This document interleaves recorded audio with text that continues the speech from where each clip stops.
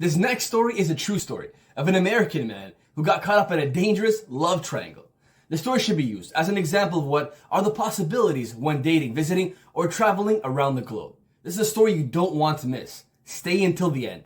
This one is a banger. Here it goes. Boss, come here and look. I just finished all the spring cleaning. Oh wow, it looks great in here. Would you like to know bed springs now?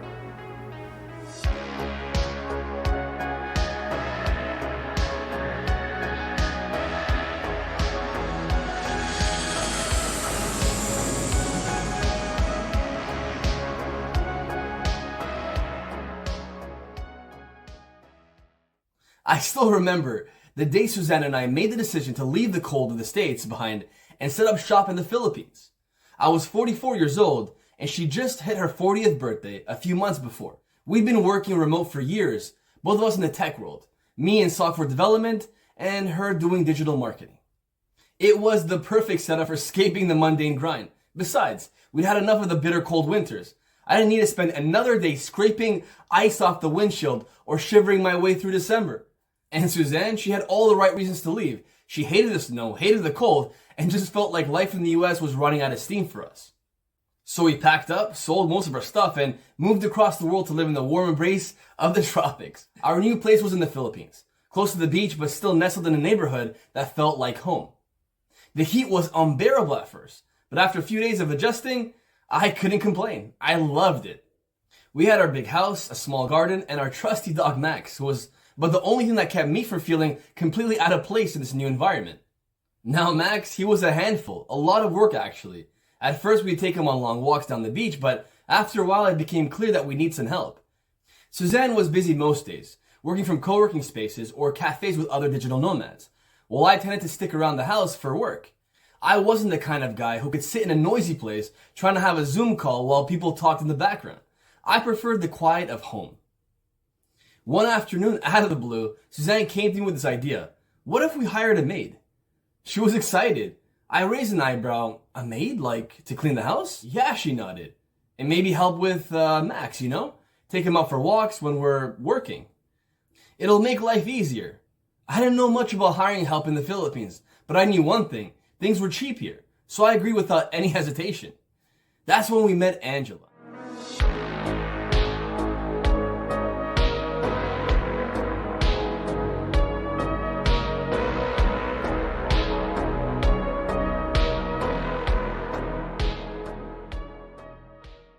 Angela was 27, a local girl from a nearby town, and she seemed eager to work.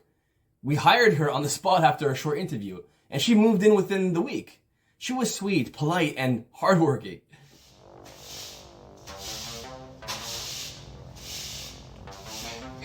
Oh, hey.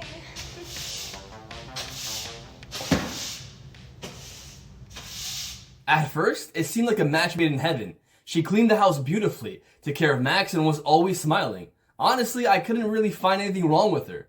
But as time passed, I noticed things, little things. Hey, how you doing? The way she'd stand just a little too close when she handed me something. The occasional lingering look. I couldn't put my finger on it at first, but there was an undeniable shift in the air. And let's not forget her wardrobe. At first, it was nothing out of the ordinary. Simple shirts and pants, practical for cleaning, walking the dog, right? But as the weeks went by, her clothes got tighter, more revealing. Hi. I'm almost done with the laundry. Oh great, thank you so much. You know, I really appreciate you coming around to help out. Of course. Would you like to fold me? What? Like a towel. Fold me up. It started off with loose tank tops, then fitted t-shirts, and then one day she was wearing a shirt that clung to her curves in a way I never expected. And the thing was, she wasn't even trying to hide it. She knew exactly what she was doing. Hey, what are you doing? Oh, sorry, boss. Can I have this? Yeah, sure. What are you gonna do with it? Nothing. It didn't help that Suzanne wasn't home much. And to be honest, our life wasn't that great. She'd go to work at those co-working spaces, leaving me alone in the house with Angela. The awkwardness at first was easy to ignore, but the longer Angela stayed with us, the more I started noticing how she moved, how she glanced at me in that way that made me question whether I was imagining it. Hey, I really appreciate you laying out those sheets for us. Of course, you can always lay me out on these sheets. I knew I was getting into dangerous territory. I'm not a saint, but I'm also not stupid either. Still, I couldn't stop myself. The attraction between Angela and me grew slowly at first, like a tide creeping up the shore. Then one afternoon, while I was in the kitchen eating lunch, it happened. Alright, let's get to work. There's a lot to clean up today. Where should I start first? Okay. Angela walked in with her usual smile, turning to something softer, more intimate. I complimented her, and she leaned in, and before I knew it, she kissed me. It was quick, just a peck, but my heart raced.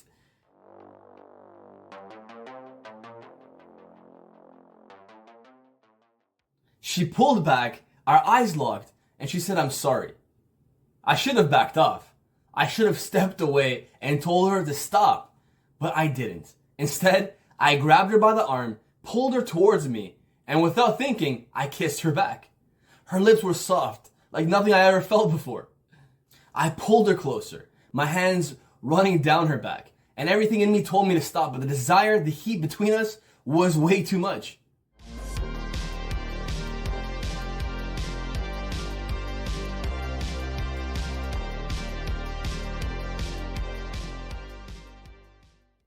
We made boom boom all over the house. I towered over her, and I have to admit, I was really attracted to her slim, petite frame. The boom boom was amazing, better than I had in a long time. From that moment on, things were different. Angela didn't shy away from me. In fact, she became bolder. She'd start dressing in even more revealing outfits when Suzanne wasn't home. And I couldn't deny how much I loved the way she looked.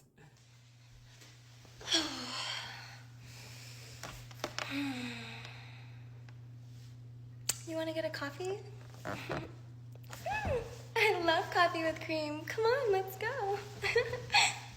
When she walked into a room, it was like everything else faded away. I couldn't help it. Every time she smiled at me, I felt that pull, that magnetism. At first, I was really scared about getting her pregnant, so I relied on the pull-out method. But after a while, I just said F it and began finishing inside of her. Hi. Hi. Oh, Can I put another load in? that was unexpected, but sure. Our affair became a secret we both kept until one day, a few months into our little arrangement, the inevitable happened. Angela told me she was pregnant. The cat was now out of the bag. The news hit me like a punch to the stomach. I stared at her, my mind racing. I had no idea what to do. The guilt set in quickly, but so did something else. A deep desire to be with her. I didn't want to lose her. I had to make a decision. It didn't take long to figure out that I couldn't keep living this lie. I had to tell Suzanne, but I didn't want to ruin everything. I didn't want to hurt her. Not like this. Still, I knew that the truth had to come out. So, I did what I thought was best. I told Angela to leave. Go back home to your family for a bit until I break the news to Suzanne. I don't want you to get hurt. I'll tell Suzanne. I need to be honest with her. And with that, Angela left.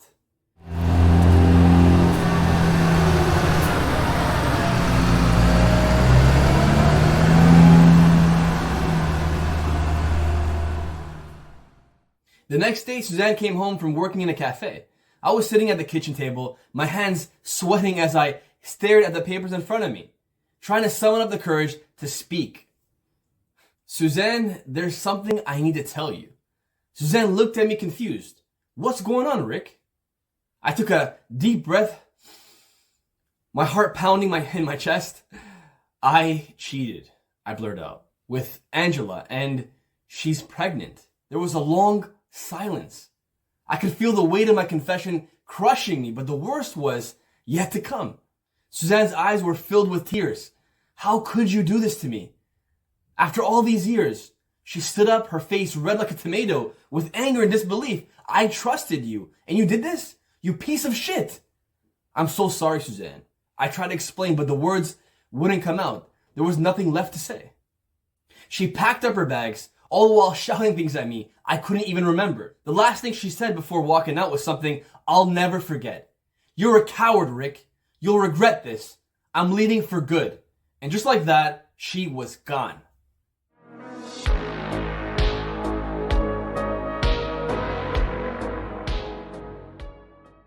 After that happened, I stayed in the Philippines. I stayed with Angela. At first, I thought things would be perfect, but nothing was ever as simple as I wanted it to be. Months passed, and Angela's pregnancy grew. She was glowing and beautiful in a way I'd never imagined, but with every passing day, the guilt gnawed at me. The truth of what I've done sank in deeper, and I realized how badly I had screwed up. I'd ruined my marriage. In the process, I'd lost someone I claimed to love, but the worst was yet to come. One afternoon, as I sat in our living room watching Angela rub her swollen belly, the door to our house slammed open.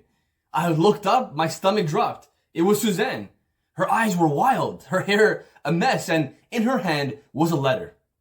She threw it at me. "You think this is over?" she yelled, looking angrier than ever. "You think you just move on from this? You're wrong, Rick. You're wrong." The letter was from a lawyer. "You're gonna pay for this, Suzanne." Spat. "You think I let you walk away without consequences? Think again." And in that moment, everything I thought I had figured out came crashing down. My affair, my new life with Angela, it was unraveling.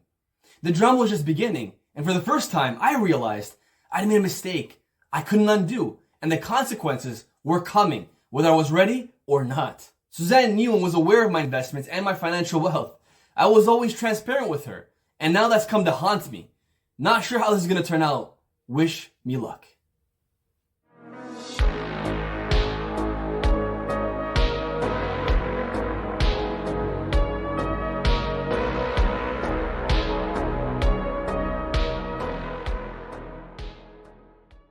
Damn it, man, what a story.